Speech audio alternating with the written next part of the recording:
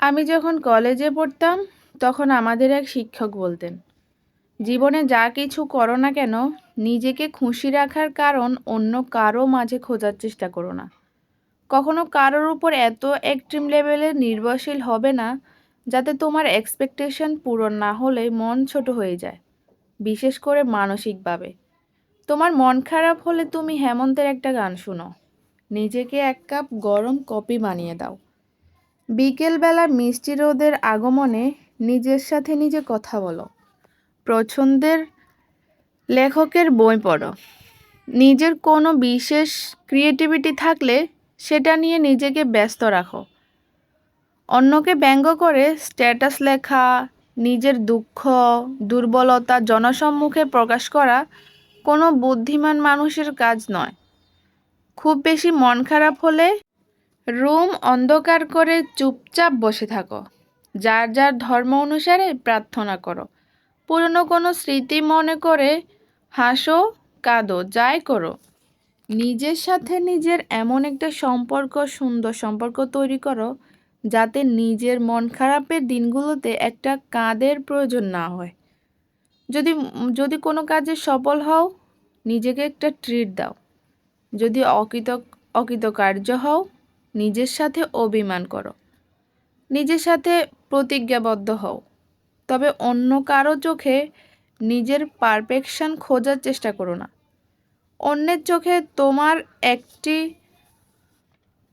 অন্যের চোখে তোমার ত্রুটিগুলো মাঝে মাঝে যখন তোমার গুণগুলোকে খুঁজে পাবে না, তুমি কষ্ট পাবে। পারলে তুমিই পারবে।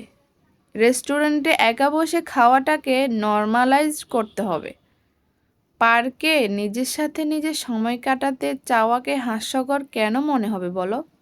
যদি সম্ভব হয়, ফাইন্যান্সিয়ালিও নিজেকে প্রতিষ্ঠিত করতে হবে, যাতে মুড সুইংয়ে নিজেকে একটা চকলেট উপহার দিতে পারো, নিজের জন্মদিনে নিজেকে গিফট দিতে পারো, অথবা পাড়ার সুবিধাবঞ্চিত শিশুদের নিয়ে জন্মদিনের একটা আনন্দ পার্টি করে ভাগাভাগি করে নিতে পারো।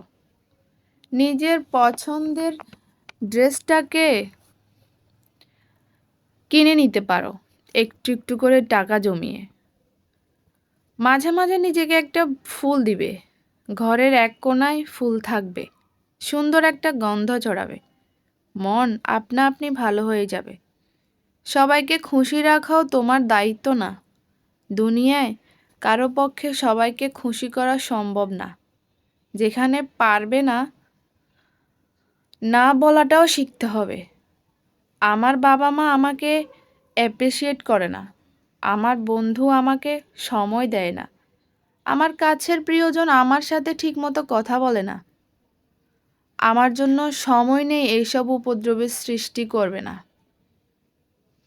আমাদের ভাষায় যেটা অ্যাটেনশন, অন্যের জন্য এই চাওয়াগুলো অযথা টেনশন মাত্র।